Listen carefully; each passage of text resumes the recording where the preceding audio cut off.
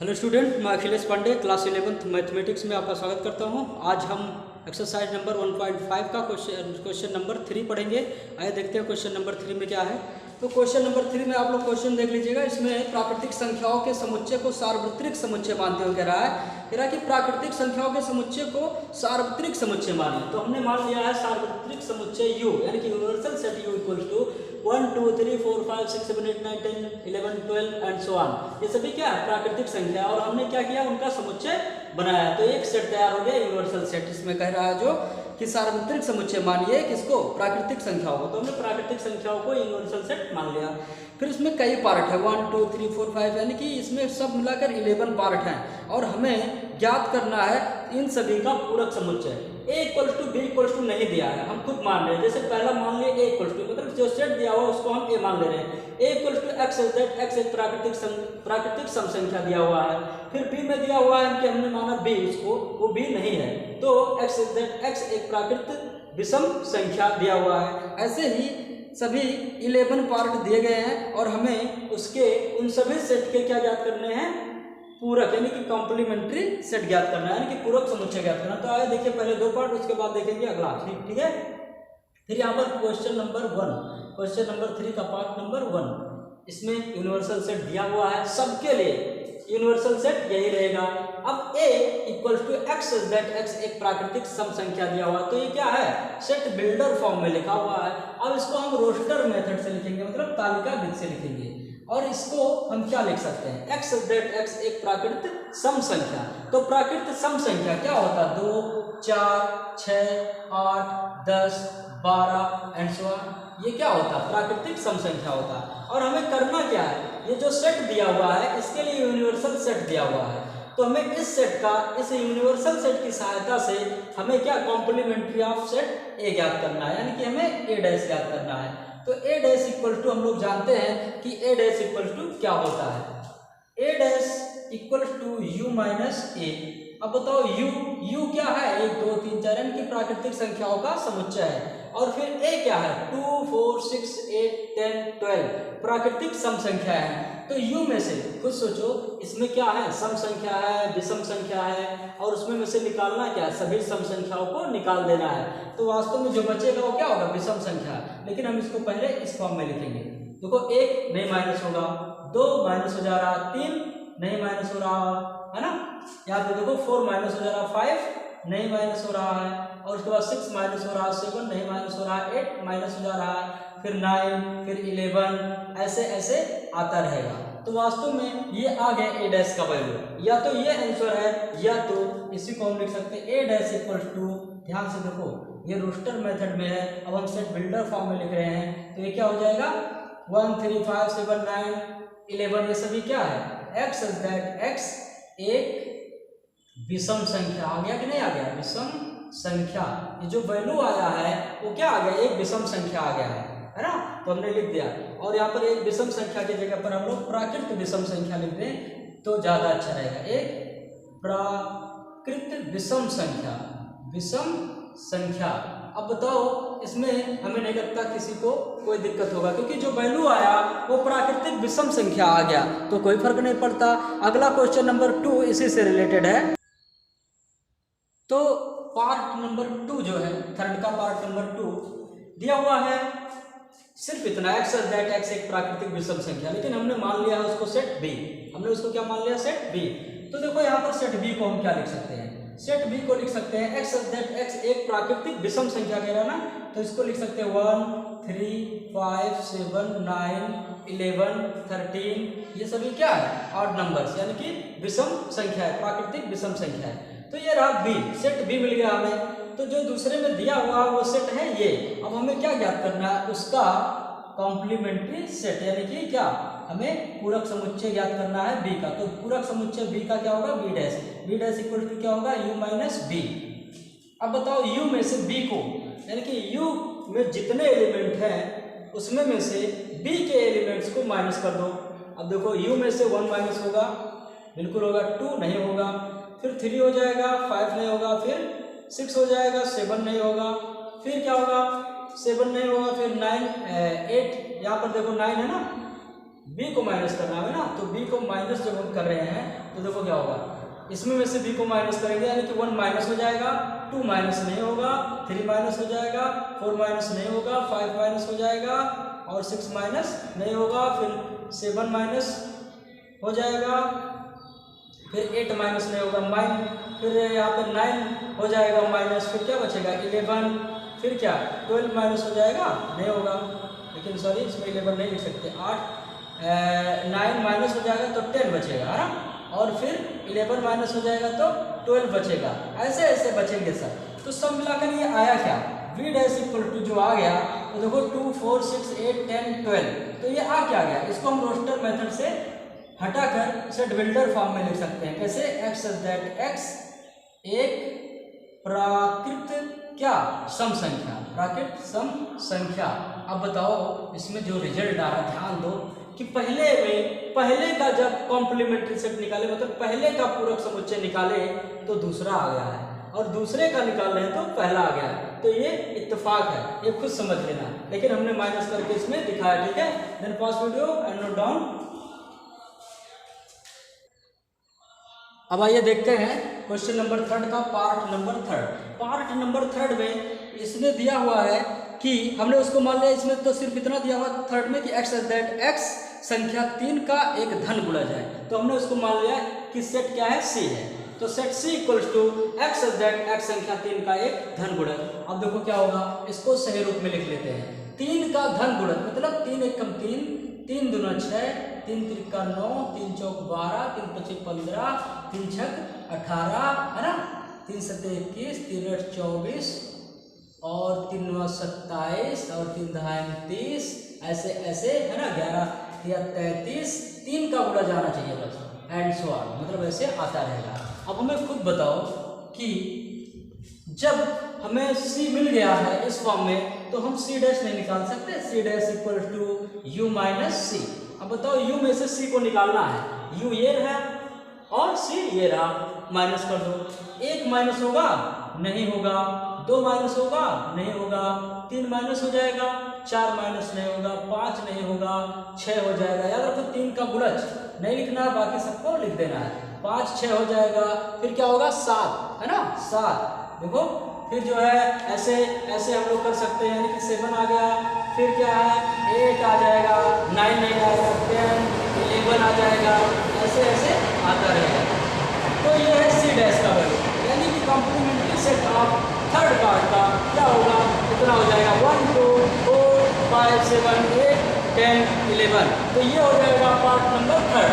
अब देखिए part number 4, part number 4 में दिया हुआ है, कह रहा है कि x दैट x एक अभाज्य संख्या, इसको भी मान ले रहे हैं, माना कुछ मान लेते हैं जैसे d equals to x that x है ना, x दैट x एक अभाज्य संख्या, और वैसे भी धन तो है तो धन लिख सकते हैं, तो इसमें दिया है अभाज्य संख्या, अभाज्य संख्या।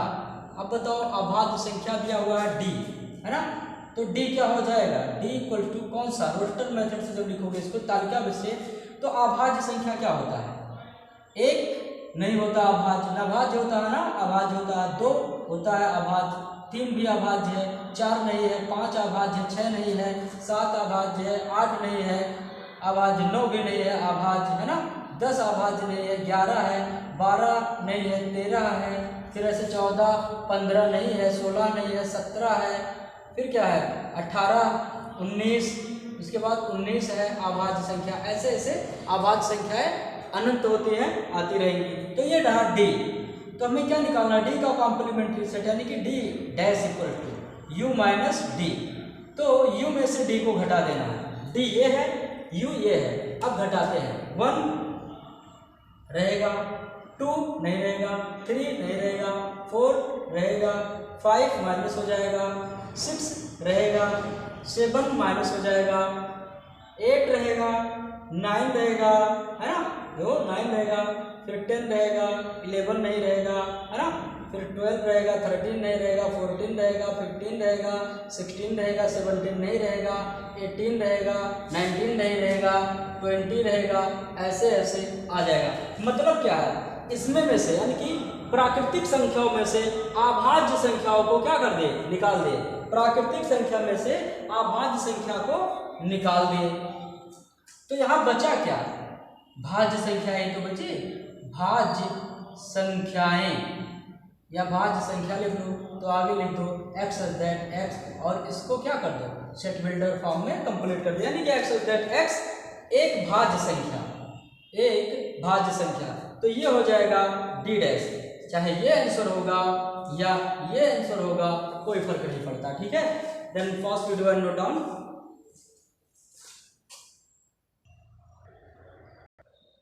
तो यह देखते हैं क्वेश्चन नंबर 3 का पार्ट नंबर 5। इसमें कह रहा है कि इसको हमने मान लिया है a, तो e equals to X is that x 3 और 5 से विभाज्य संख्या है। तो इसका मतलब क्या है, अब देखो यहाँ हम संख्याओं को लिखें तो कोई फर्क नहीं पड़ता, ऐसे समझ लो जो 3 से विभाज्य है और 5 से विभाज्य है उन संख्याओं का समुच्चय है ये। तो बताओ e डैश क्या होगा, e डैश होगा u माइनस e, है ना, देखो डायरेक्टली लिख रहे हैं u इक्वल टू होगा sorry e dash equal to होगा u माइनस e। अब सोचो u में से e को घटा दो, तो बताओ u में से e को घटाओगे तो ये प्राकृतिक संख्या है ना, और इसमें 3 है और 5 है, यानी कि 3 और 5 से जो विभाज्य है, जैसे 3, 5, 6, ध्यान से सुन लो, 3 है, 5 है, 6 है, ये सभी है कि नहीं इसमें। तो जो 5 से विभाज्य यानी कि 3 और 5 से विभाज्य संख्या है, तो u में से जो घटाओगे तो देखो क्या आएगा, x इज दैट x, है ना, x इज दैट x ऐसा है कि, है ना, x इज दैट x ऐसा है कि 3 और 5 से विभाज्य नहीं है। अब बताओ जो 1 से लेकर अनंत तक प्राकृतिक संख्याएं हैं उनमें में से e को निकाल दें। e क्या है, 3 और 5 से विभाज्य संख्या है। तो 3 और 5 से विभाज्य संख्या जब निकाल देंगे तो कौन सी संख्या बचेगी, जो 3 और 5 से विभाज्य नहीं है। तो हमने e डैश लिख दिया डायरेक्ट, क्या, x इज दैट x 3 और 5 से विभाज्य नहीं, मतलब x ऐसा है कि 3 और 5 से विभाज्य नहीं है, 3 और 5 से विभाज्य नहीं है, तो ये हो जाएगा e डैश। ऐसे ही पार्ट नंबर 6। अब पार्ट नंबर 6 में कह रहा है कि x इज दैट x एक पूर्ण वर्ग संख्या, इसको भी मान लेते हैं कि माना f इक्वल टू मान लेते हैं, इसमें क्या दिया हुआ है, x इज दैट x एक पूर्ण वर्ग संख्या, कैसा, पूर्ण वर्ग संख्या। अब बताओ ये पूर्ण वर्ग संख्या है, तो कुछ लोग सोच रहे होंगे हम ऐसा लिख रहे हैं कि f dash equal to u minus a, मतलब क्या, मतलब ये है कि u में से पूर्ण वर्ग संख्या को घटा देंगे तो बचेगा क्या, x इज दैट x एक पूर्ण वर्ग संख्या नहीं है। बोलो नहीं है, लिखना चाहते हो ना, बिल्कुल सही है, कोई नहीं रोक सकता। क्यों, क्योंकि कोई गलत नहीं कह सकता इसको, क्योंकि u में से क्या घटा दें, a क्या है, पूर्ण वर्ग संख्या। तो u में से यूनिवर्सल सेट में से पूर्ण वर्ग संख्याओं को घटा दोगे तो बचेगा क्या, जो पूर्ण वर्ग संख्या नहीं है। तो x इज दैट x ऐसा है कि एक पूर्ण वर्ग संख्या नहीं है, एक पूर्ण वर्ग संख्या नहीं है, तो हो गया ना f डैश, बहुत आसान है। ऐसे ही पार्ट नंबर 7, तो नेक्स्ट टाइम देखते हैं इसको, first video and note down. अब देखिए पार्ट नंबर 7, इसमें जो कह रहा है कि x इज दैट x एक पूर्ण घन संख्या, आप खुद बताओ भाई, एक पूर्ण घन संख्या है x, ऐसा समुच्चय तैयार होगा, है ना। तो यहाँ पर जो है g डैश का हो जाएगा, g डैश इक्वल टू, है ना, g dash equal to u minus g। अब बताओ u में से, इसमें बहुत प्रकार की संख्या है ना, जो पूर्ण घन है, पूर्ण घन नहीं भी है कि नहीं है। तो u में से क्या निकालना है, पूर्ण घन संख्या, तो जो बचेगा वो x इज दैट x, ये पूर्ण घन संख्या निकल जाएगा। तो यहाँ लिखेंगे एक पूर्ण घन संख्या, एक पूर्ण घन संख्या नहीं, एक पूर्ण घन संख्या नहीं है, वही तो बचेगा, क्योंकि इसमें में से पूर्ण घन संख्या निकल जाएंगी तो कौन सी संख्या बचेंगी, जो पूर्ण घन संख्या नहीं है। तो g डैश इक्वल टू आ गया क्या, x इज दैट x एक पूर्ण घन संख्या नहीं है। अब पार्ट नंबर 8 देखते हैं। पार्ट नंबर 8 को मान ले रहे हैं कि माना h इक्वल टू, अब h इक्वल टू देखिए क्या दिया हुआ है, इसमें कह रहा है कि x such that x plus 5 equal to a, x such that x + 5 = 8, ये सिर्फ दिया है और एक किसके लिए है, प्राकृतिक संख्याओं के लिए है। अब देखो यहाँ पर, यहाँ से हम लिखेंगे कि दिया हुआ है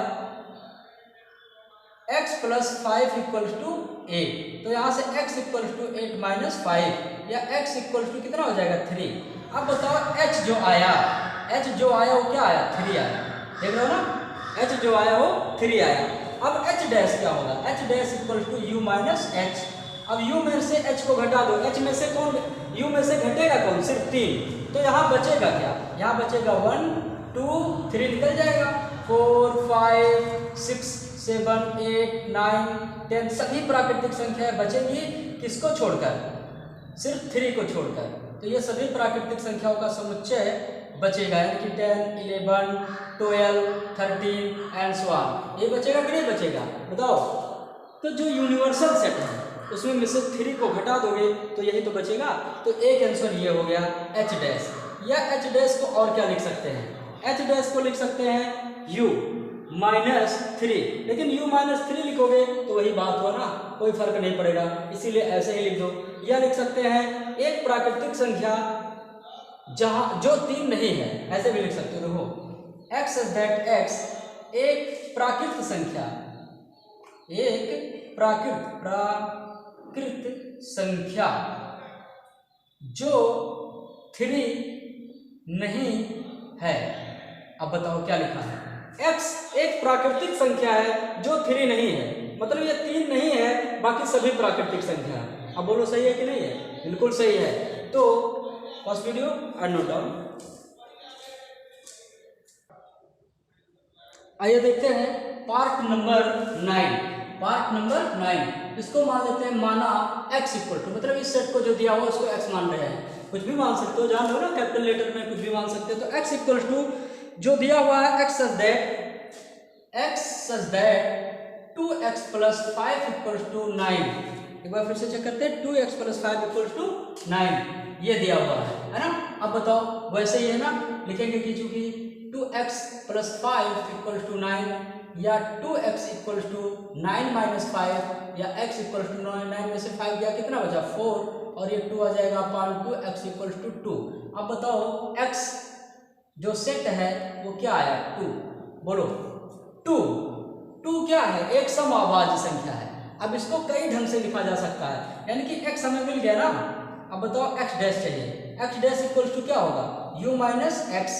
अब बताओ u में से x घटाओगे तो क्या घटेगा सिर्फ 2, बचेगा क्या 1 3 4 5 6 7 8 9 10 11 एंड सो ऑन। खुद सोचो, प्राकृतिक संख्या ही तो है ये, इसमें में से क्या निकल गया 2। तो बताओ यहाँ क्या लिखना चाहते हो उस भाषा में, x such that x एक प्राकृत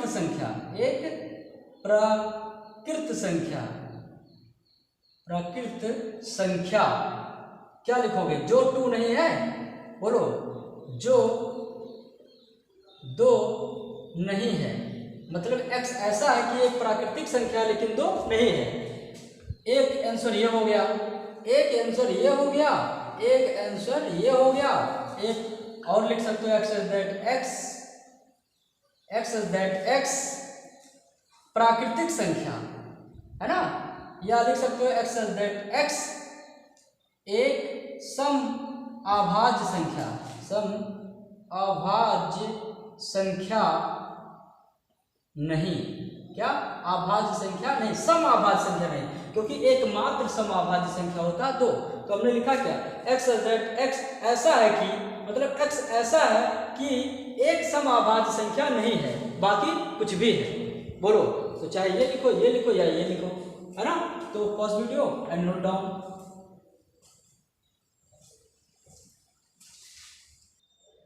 अब आइए देखते हैं क्वेश्चन नंबर 3 का पार्ट नंबर 10। इसको मान लिया हमने y, इस सेट को क्या मान लिया y जो दिया हुआ है। तो y = x such that x is greater than or equal than 7। Greater than और इक्वल देन 7 का मतलब क्या है कि y का वैल्यू 7 से बड़ा है और 7 से बराबर है। तो देखो क्या है, 7 से बराबर है तो 7 हो गया, यानी कि 7 आ गया। उसके बाद जो है हमें क्या मिलेगा, 8 मिलेगा, 9 मिलेगा, 11, 12, 13, 14 सब मिलेगा ना जो 7 से बड़ा हो, यानी कि 7, 8, 9, 10, 11, 12, 13, 14, 15 एंड सो ऑन। खुद सोचो, 7 से स्टार्ट है, यानी कि 1, 2, 3, 4, 5, 6 नहीं है, बाकी सब है। अब बताओ y dash equals to u minus y ही तो होगा। अब u क्या है, 1, 2, 3, 4, 5, 6, 7 सब कुछ ऑल नेचुरल नंबर, उसमें में से क्या घटाएंगे 7, 8, 9, 10, 11, 12, 13, 14, यानी कि यहाँ से लेकर यहाँ तक सब घट जाएगा कि नहीं घट जाएगा, उधर सब घट जाएगा देखो। और बचेगा क्या, बचेगा 1, 2, 3, 4, 5, 6, 7 नहीं बचेगा क्योंकि 7, 8, 9, 10 ये सब क्या हो जाएगा, इसमें से माइनस हो जाएगा। अब देखो y डैश का वैल्यू ये आ गया, तो इसका आंसर सिर्फ यही होगा। ठीक है, तो ये है क्वेश्चन नंबर 3 का पार्ट नंबर 10। अब देख लेते हैं पार्ट नंबर 11। पार्ट नंबर क्या, 11 में मान लेते हैं कि माना z इक्वल्स टू मान सकते हैं या p q कुछ भी मान लो, r मान लो, s मान लो, t मान लो, तो चलो s मान लेते हैं। s equals to x such that x कैसा है, x such that x belong to n, x belong to n, मतलब x जो है नेचुरल नंबर में बिलोंग करता है, मतलब x का वैल्यू क्या होगा, नेचुरल नंबर होगा।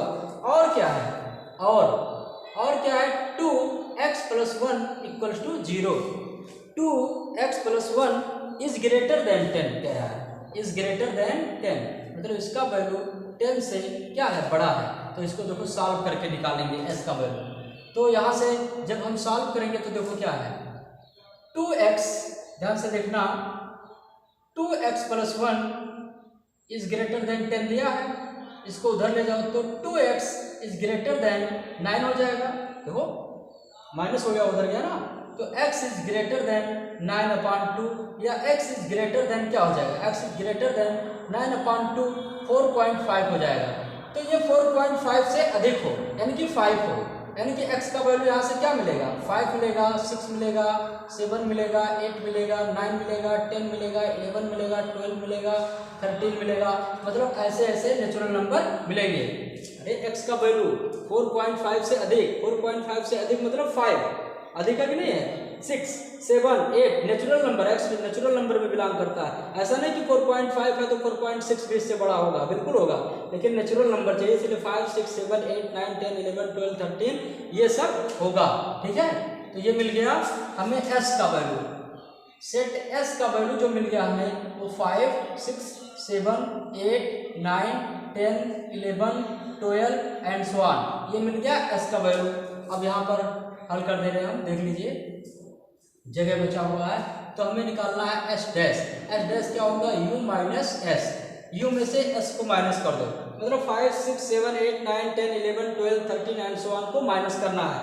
और 5 से पहले क्या, 1, 2, 3, 4 ये तो बचेगा, देखो 1 बच गया, 2 बच गया, 3 बच गया, 4 बच गया, है ना। और उसके बाद 5 माइनस हो गया, 6 भी माइनस हो गया, 7, 8, 9, 10, 11, 12, 13 सब माइनस हो जाएगा, तो सिर्फ इतना बचेगा। तो हम कह सकते हैं कि s डैश इक्वल टू क्या होगा, सेट 1, 2, 3, 4 और कुछ नहीं होगा। तो ये था क्वेश्चन नंबर 3 का ऑल पार्ट 11 पार्ट, है ना।